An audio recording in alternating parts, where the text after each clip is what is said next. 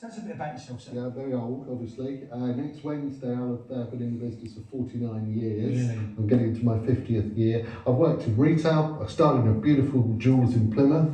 I'm going down to see the manager next week when I'm down in Devon, selling Omega and Rolex. And I eventually ended up on the other side of the counter, if you like, as the global sales director for Rotary, involved in all of the sales worldwide and also manufacture, which is where I met a lot of the brand owners. So, impressive qualifications. We're in very, very safe hands. Ladies and gentlemen, welcome to the first watch. This is something rather special. You have the outer box. Look at this gorgeous box that this comes in. Yeah. I mean, prestige and presentation is everything. And this does not fail to, look at that.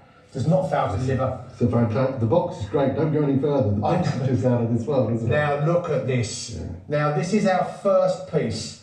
It really is. I'll take it out of the box for a moment. Just enjoy this. Details going to pop up on the screen. Probably not what you was thinking. You was probably thinking a lot more than that. Yeah. So this is the Sawyers, if you will. This is great. This is really exciting, and I heard about this last week when I was talking to Maria, your buyer, and then the brand owners as well. You were going to get these limited edition watches. I love limited edition. Yeah. Sadly, limited edition, and I've got a limited edition watch, and it's one of 10,000 worldwide. These that you're selling are limited to 300 worldwide, and they're split into the different colours that you get. Yeah. There are only 300 of these available worldwide. I never see the prices till actually it comes on the screen, so it's always a bit of a surprise.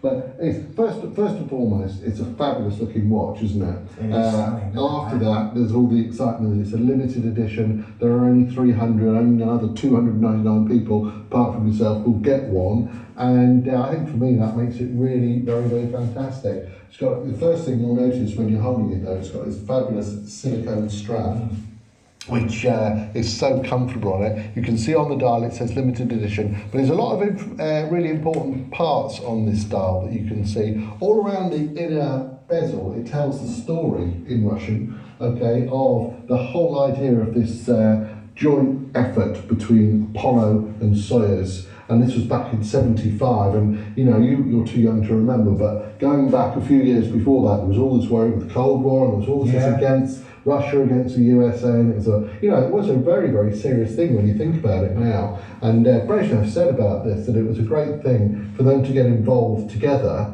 because when they were up in space, they could look down on the planet and see how small it was and think, yeah, we should be together and not even thinking about nuclear war, because it's just a small, beautiful planet. But I tell you what, it's good on there. One of the first things you'll notice, running from 9 until 3, is the silhouette of the two spaceships, and they actually joined in July 75. You can also see that it says that it's a limited edition watch. It's a heavy stainless steel case, as I said, it's got a silicone strap. And you know that CCCP, that is the Russian for USSR. There we go. That we all remember, you know, Union of Soviet Socialist Republic, which it has changed. There you go, that's the spaceship. That's incredible, because I know that even now, in present day, even on the ISS, the Soyuz is used as a re-entry system into the Earth's atmosphere, isn't it? Yeah. They stopped using the shuttle missions just a couple of years ago. And Soyuz is in Russian means union. Okay, that's like the whole sort of union idea of joining them together. And I can tell you what, for those, there'll be a lot younger people than me that won't remember that, but at the time it was such a big deal. But the big deal for me is the colours you've got here. In total, they only number 300. And what we started off with is this beautiful box. I think getting a presentation box is absolutely a great thing. But this is a great box, isn't it? There's also got the plaque inside there which tells the story, which is engraved. That's a great picture. You can see the date, and you can also see, if you look very carefully, just underneath the